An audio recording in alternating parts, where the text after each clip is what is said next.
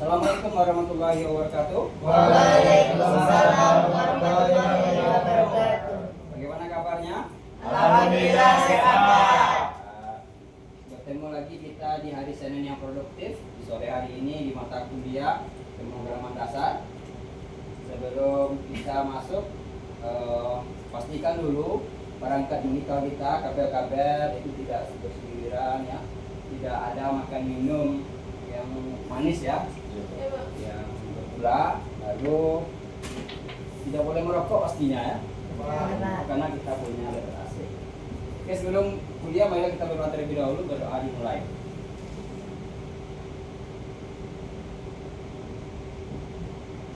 Selesai. Nah, berhati-hatilah untuk berbicara ketika seorang mahasiswa, karena gula dan garam bentuknya sama, tapi rasanya berbeda. Ya, ini perlu sampaikan. Kita absen terlebih dahulu. Sepertinya yang tidak hadir, Adit tidak ada Adit ya? Ada Pak. Sip Pak. Adit sama Ajis. Iya. Pak. Selebihnya oke ya? Oke Pak. Oke, Pak. Oke. Ada yang tahu apa itu media input seperti kita pelajari di minggu kemarin? Tahu Pak? Tahu. Tahu Pak. Oke, boleh? Apa? Media untuk memasukkan Pak. Contohnya? Contohnya keyboard, mouse. Oke, kalau alat output yang keluaran, apa yang keluaran? Ya, hasil pengolahan yang ditampilkan. Yang di input tadi Pak. Ya, contohnya? Speaker. Keyboard, mouse, joystick itu alat input. Kemarin kita sudah belajar bagaimana menginput sebuah data atau variabel ke dalam bahasa pemrograman C++. Nah, alat outputnya lah yang luaran seperti kita ini, ada proyektor, ya. Speaker. Nah, sekarang coba Anda bayangkan, karena punya akun ya, akun untuk login di berbagai platform ya, kayak Google, Facebook ya. Maka kita menggunakan user dan password. Dan tiap kita pasti user dan passwordnya berbeda. Nah, kenapa dia sampai berbeda? Kalau sama, berarti dia tidak unik. Karena kita memiliki karakter yang unik, berbeda-beda ya. Maka dia harus memiliki berbeda. Nah, saat login tersebut, tadi mencocokkan antara user dan password. Nah, muncul kalimat jika password dan user yang sama, maka dia berhasil login. Kalau password dan user yang salah, maka dia Tidak bisa login. Nah, ini akan masuk ke dalam materi kita hari ini, ya, yaitu struktur kontrol percabangan, if, then, else. Ini dimana premisnya adalah jika maka. Jika maka, jika user dan password yang sama, maka dia bisa login. Jika user dan password yang salah, maka muncul notifikasi user dan password salah dan gagal login.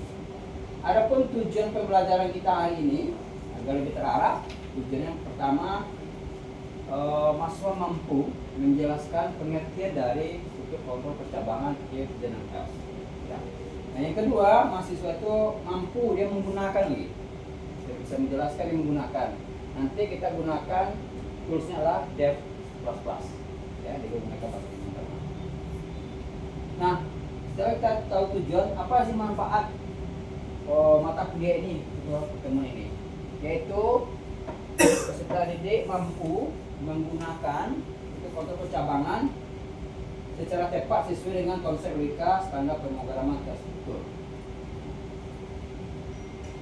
Secara pengertian, untuk kontrol percabangan ini bisa kita katakan premis adalah jika maka, ya, jika nilai besar 75 maka lulus. ECW itu gagal. Nah, premisnya adalah jika maka. Tadi ada kondisi di mana nanti kondisi tersebut kita menggunakan yang namanya operator perbandingan sama dengan ya kecil besar sama ya. Nah, nanti kita akan mencoba misalnya lihat gambar yang di sini di mana ada kondisi jika terpenuhi kondisi tersebut maka luarannya adalah hasil dari yang terpenuhi. Jika tidak, maka hasil yang tidak terpenuhi. Maka dia akan selesai di bagian akhir. Nah, sampai di sini tentang pengertian dari struktur kontrol percabangan. Apakah ada yang masih ragu, ada yang mau tanyakan? Bisa dipahami? Oke, kita next. Nah, kalau tadi kita sudah mengetahui bagaimana pengertiannya, sekarang apa bentuknya? Ada 3 struktur kontrol percabangan itu. Yang pertama adalah if then, lalu if else, lalu if then dan else. Ya. Bentuknya seperti ini. Ya, ada if, ada kondisi, ada then, ada pernyataan, ada penutup and if. Ya. Nah, kalau untuk pakai else, ada if, lalu ada kondisi, ada then, ada pertanyaan, pernyataan, lalu ada else. Ya. Lalu lagi ada pernyataan kedua. Artinya jika pernyataan satu tidak terpenuhi, maka dia pindah ke pernyataan kedua. Nah, begitu juga kalau dia lebih dari satu, kita menggunakan kondisi if, then, dan else. Ya. Nah, untuk memudahkan, kita akan coba lihat di sini ada contoh operator dan sintak programnya, di mana kita harus memiliki namanya operator perbandingan. Kita bisa lihat jika kalau ini teks 1 ini adalah nilai ya, jika nilai besar dari 85 then, maka keterangannya adalah A, B, C dan seterusnya.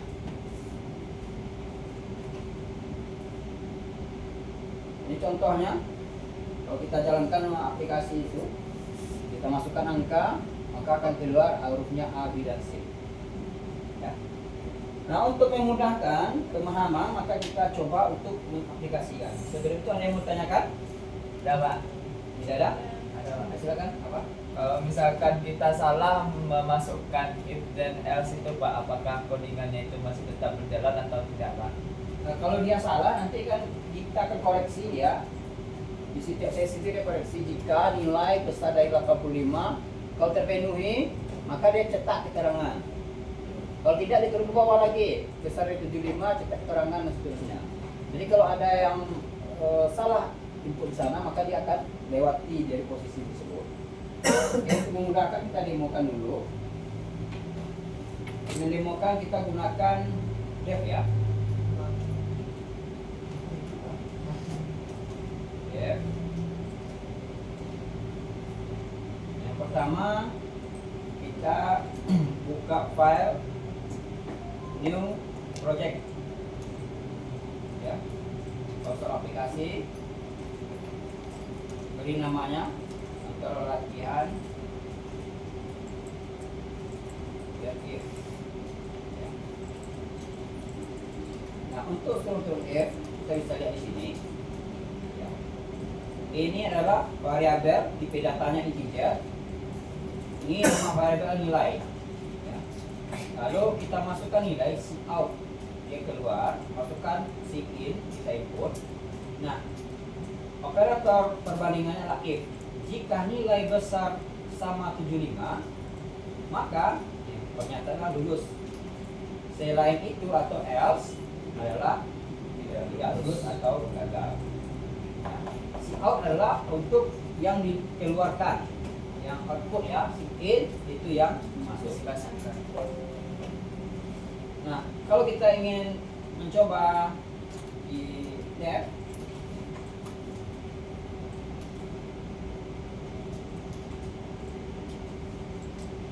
ini ada retro di bawahnya. Ya, jika misalkan tidak, jika nilai besar dari 75 maka lulus, dan itu dia gagal. Untuk menjalankan kita gunakan yang namanya compile ya. Di pojok kiri itu ada gambar persegi 4, itu dulu, lalu kasih nama filenya. Oke, kalau sudah nanti kita akan compile. Dia di bawah ini pastikan tidak ada error ya. Nah, kalau sudah kita akan compile ya. Nah, setelah compile nanti kita masukkan nilainya.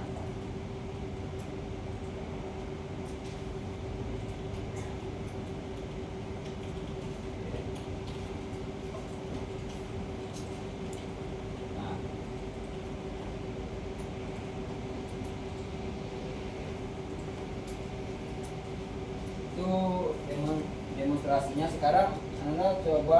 perangkatnya masing-masing sambil didampingi.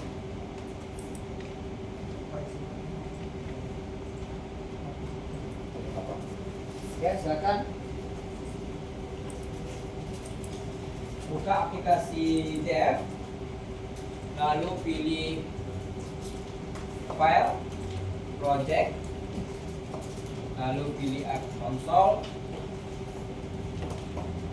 Nah, lalu kita ketikkan coding seperti ini, di mana coding ini adalah jika nilai besar 75 lulus, itu gagal. Ya.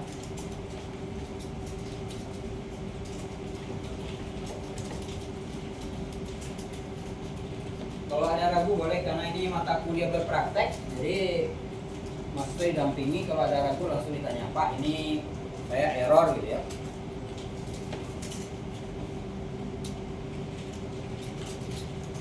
Pak Dev ya. Ini sudah coba jalan, kalau sudah coba dijalankan.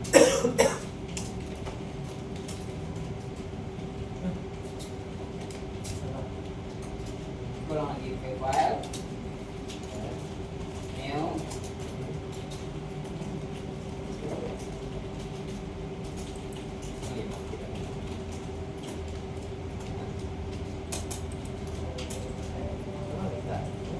Bisa.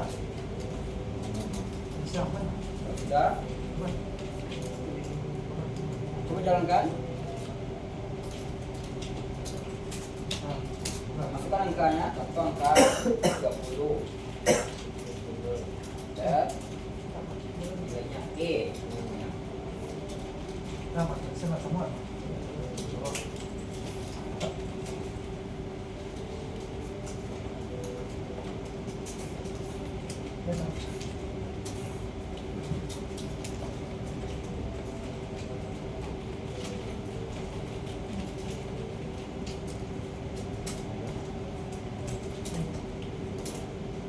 Ada yang kendala? Nah, ini udah bisa satu.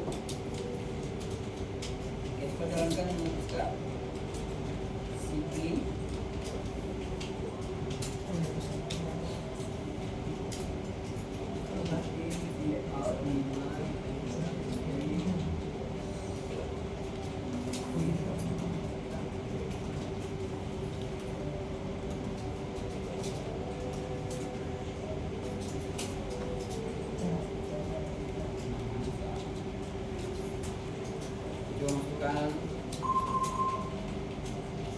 Masukkan angka 76, seharusnya lulus.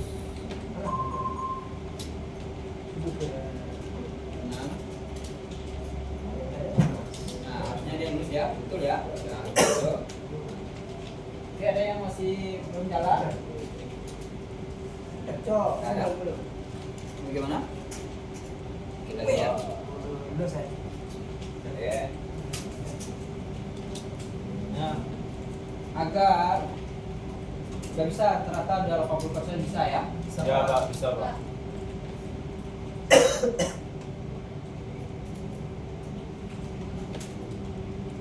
Sekarang kita coba soalnya berbeda ya. Soalnya adalah berhubungan dengan kayak kita belanja di minimarket. Kalau belanjanya itu besar dari 100.000 dapat permen gitu ya. Nah, di soal ada, silakan dikerjakan soalnya itu tentang minimarket ya. Waktunya 3 menit dari sekarang. Kalau yang sudah boleh tanyakan. Ya, nanti langsung kita nilai sebagai tugas penilaian keterampilan.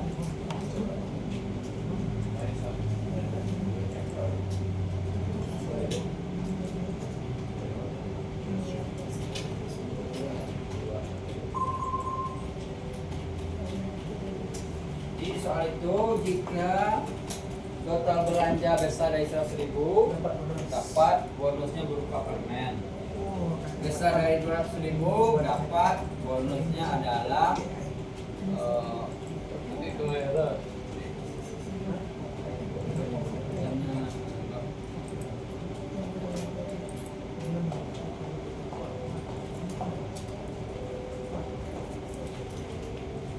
siapa yang sudah? Dua.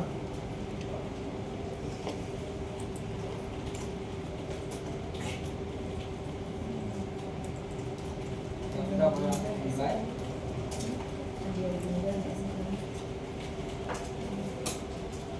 Yang ada kendala boleh ya, kendalanya. Ya, jika nilainya besar dari 100.000 dapat hadiah permen, 200.000 dapat memodi ya, 300.000 dapat beng-beng ya. Tapi kalau dia kecil dari 100.000 maka dia tidak dapat.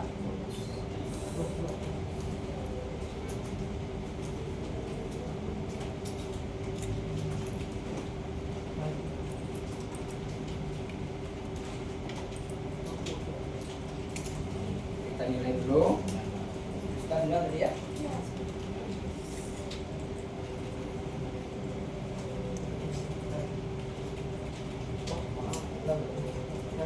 Sudah?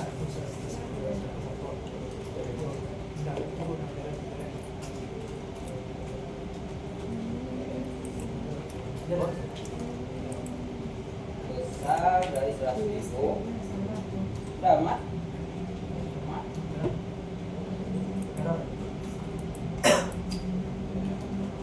Tadi sudah? Inggris punya dulu ya. Ya. Sudah?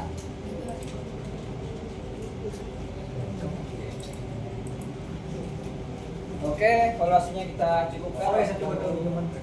3 menit ya. Iya, Pak. Nah, untuk meningkatkan keterampilan mahasiswa di rumah, nanti ada tugas tambahan. Ini contohnya adalah kita dikumpulkan nanti hari Senin depan 13 Juli 2026. Jamnya jam 23.59. Soalnya sudah ada di e-learning, juga bisa di-download. Ada yang mau ditanyakan sebelum kita tutup pertemuan ini? Kalau tidak, disimpulkan kembali. Mata kuliah ini kita mengambil materi tentang if, then, dan else. Premisnya adalah jika maka. Jika nilai besar 75 maka lulus. Besar lulus, kecil gagal. Nah, premisnya adalah jika maka. Nah, oleh karena itu nanti ini akan sangat menjadi fondasi bagi mahasiswa untuk bisa lanjut ke bahasa pemrograman lanjutan. Karena bahasa pemrograman dasar ini sangat urgent sekali kalau tidak basicnya tidak dikuatkan. Nah, oleh karena itu kerjakan tugasnya secara mandiri karena di mata kuliah berpraktek nanti di push ke git masing-masing dan linknya dikirim ke e-learning. Sudah, Pak. Oke, ilmu didapat dengan belajar, skill didapat dengan berlatih. Setelah sudah belajar hari ini, kalau tidak berlatih itu tidak ada gunanya. Maka teruslah berlatih. Oke, itu pertemuan kita. Kita rapikan dulu semua yang ada di sini. Perangkatnya boleh dimatikan, disimpan. Ya. Seperti apa kita datang, seperti itu kita kembali. Kita rapikan webnya. Rapikan semua perangkat.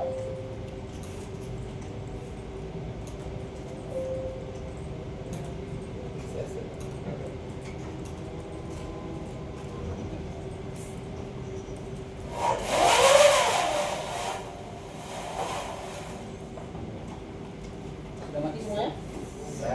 Pak. Sudah. Kalau sudah jangan lupa mengerjakan tugasnya masing-masing di rumah. Oke, Pak. Kalau ada salam, assalamualaikum warahmatullahi wabarakatuh. Waalaikumsalam